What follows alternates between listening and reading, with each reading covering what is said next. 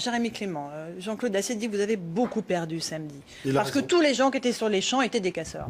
Bien sûr que non, j'y étais moi sur les Champs-Élysées. J'ai fait partie de ces gens-là qui ont protégé les boutiques jusqu'à ce que nous-mêmes on se sente un peu en danger par rapport à tout ça. Par rapport à d'autres gilets jaunes? Non, aucun. J'ai jamais eu de problème. Je fais partie de ces gilets jaunes depuis le départ, Oui. depuis le mois de novembre, qui dit qu'il va falloir se structurer. Alors au départ, on a commencé sur le champ associatif.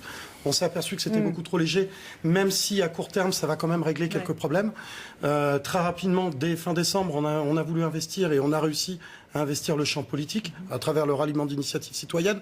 Ça, c'était encore quelque chose qui était fait malgré nous, parce que c'est pas comme ça qu'on a envisagé les choses.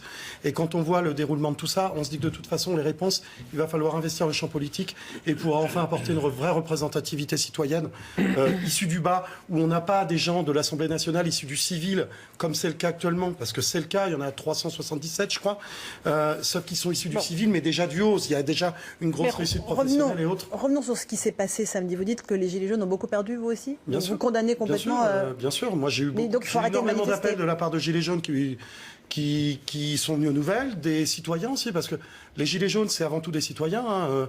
C'est pas que la France laborieuse, c'est pas que des chômeurs, c'est pas que des feignants, c'est pas que des...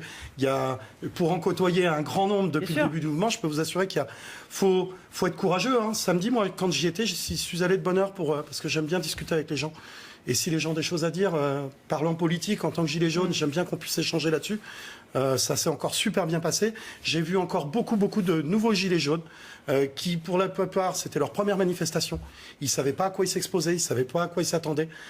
Ils savaient qu'il y avait eu une demande de rassemblement, en tout cas qu'il était prévu qu'après le grand débat, pour un signe de protestation et de manifestation, il était prévu que ça se retrouve là. Maintenant, il y avait énormément de novices des manifestations qui étaient là. Oui, mais il y avait des casseurs aussi, beaucoup. Ouais. Hein. Alors, pour être présent de bonne heure, ça m'a aussi valu la peine de voir qu'on a été nassé dès 9 h du matin.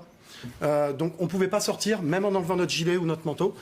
Par contre, à 9h30, il y avait 200 ou 250 ou 300 Black Blocs qui ont pu rentrer. Donc ça, on se dit, alors nous qui ne pouvons pas sortir, c'est une chose, mais on a plusieurs centaines de Black Blocs qui peuvent rentrer. Donc qu'est-ce qu'on fait? Qu'est-ce qui se passe? Il y a eu des dysfonctionnements, David Lebars, à ce niveau-là?